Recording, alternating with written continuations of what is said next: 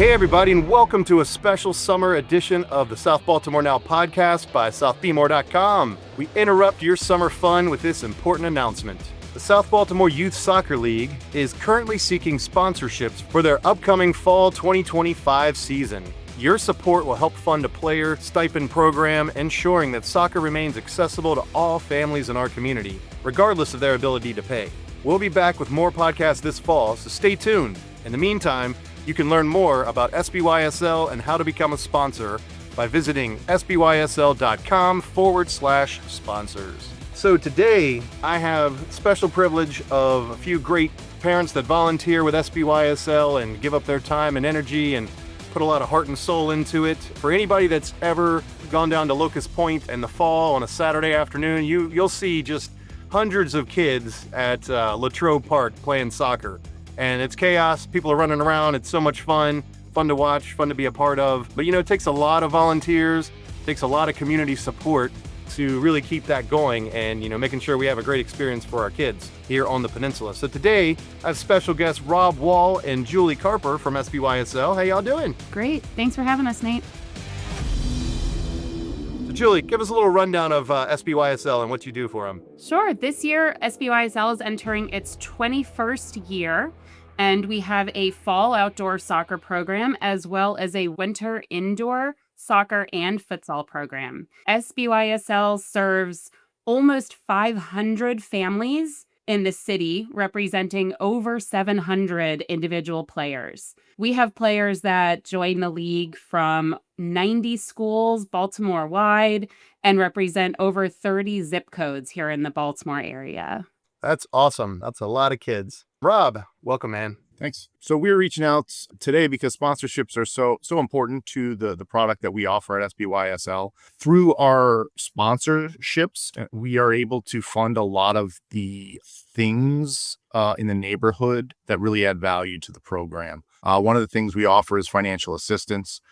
Sports can be super expensive for families, and we don't want SBYSL to be a sort of pay-to-play situation. So we offer financial assistance to any person who is part of the league who can't manage the full dues so that everyone who wants to play SBYSL can.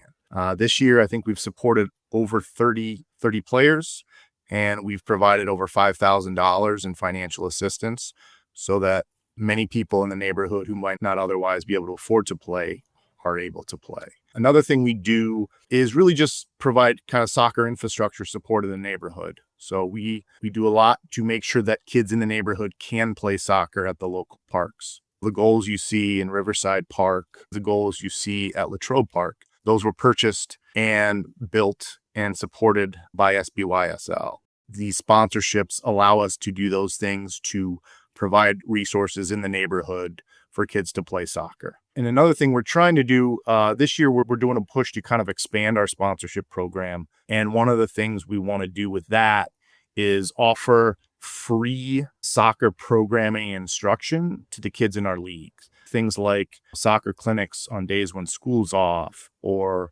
other soccer instruction, maybe outings to different soccer events in the area. Those are kind of the things we're talking about that we would like to do, but we currently don't have the funds to support it. So we're trying to expand our sponsorship program so that we can offer more opportunities to kids in the neighborhood to improve their skills and to develop their love for soccer. Another great program that our sponsorships support are our referee development program.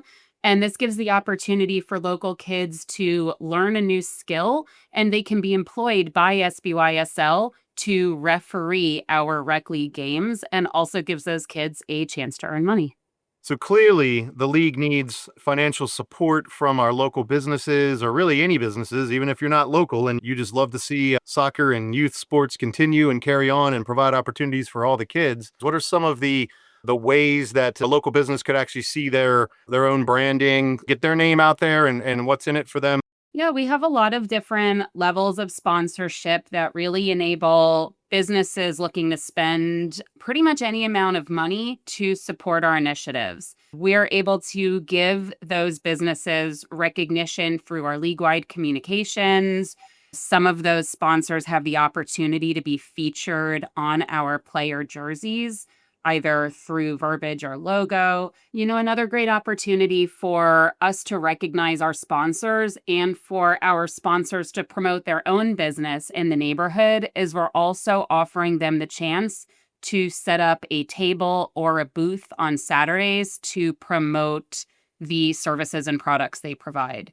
So it's another great hands-on way for these sponsors to be included in the community, involved in our soccer days, and really be able to connect on a more personal level with the customers they're trying to reach by letting all of these local attendees know that they're supporting local youth sports programs. And we're also providing more opportunities to recognize our sponsors through social media. We want to make sure that everyone in the area knows who's helping support youth soccer in the neighborhood and is able to return that thanks by supporting those businesses. Yeah, that's really cool. So it sounds like your local business, regardless of how much, whether it's a little bit or whether it's a lot, there's going to be different tiers and different levels of how they can support.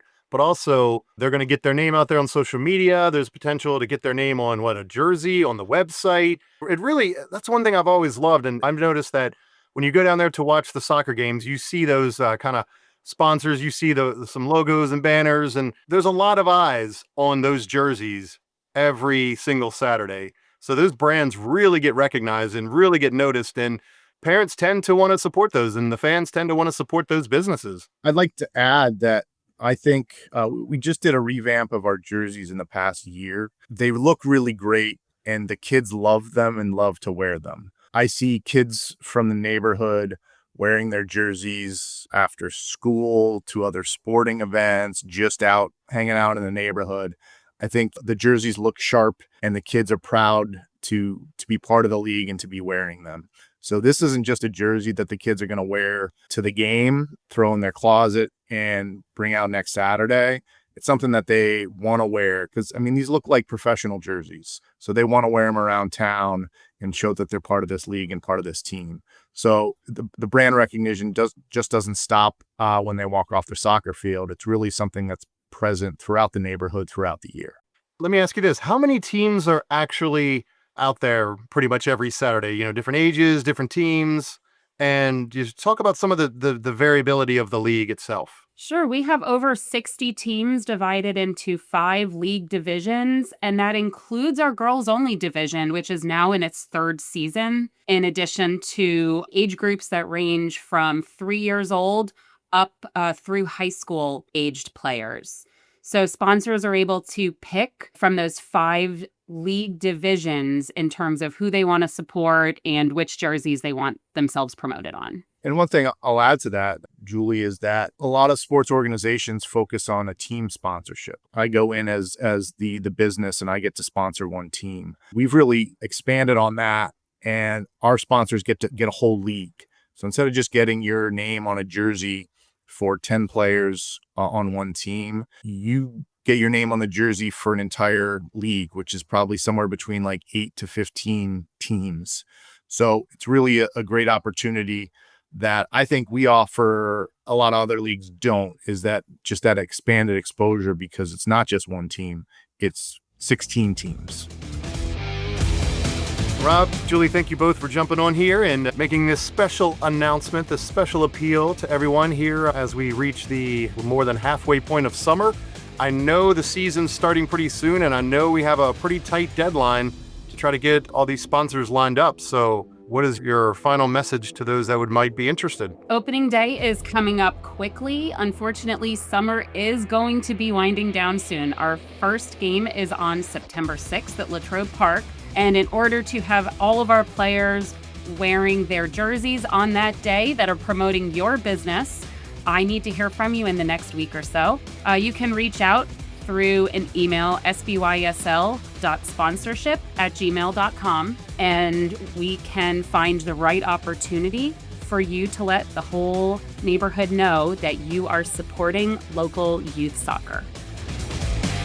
Thank you, Julie and Rob, for doing all you do for the SBYSL and for the community. And thank you all for tuning in. We'll be back real soon with some awesome guests and awesome episodes of the podcast coming up this fall.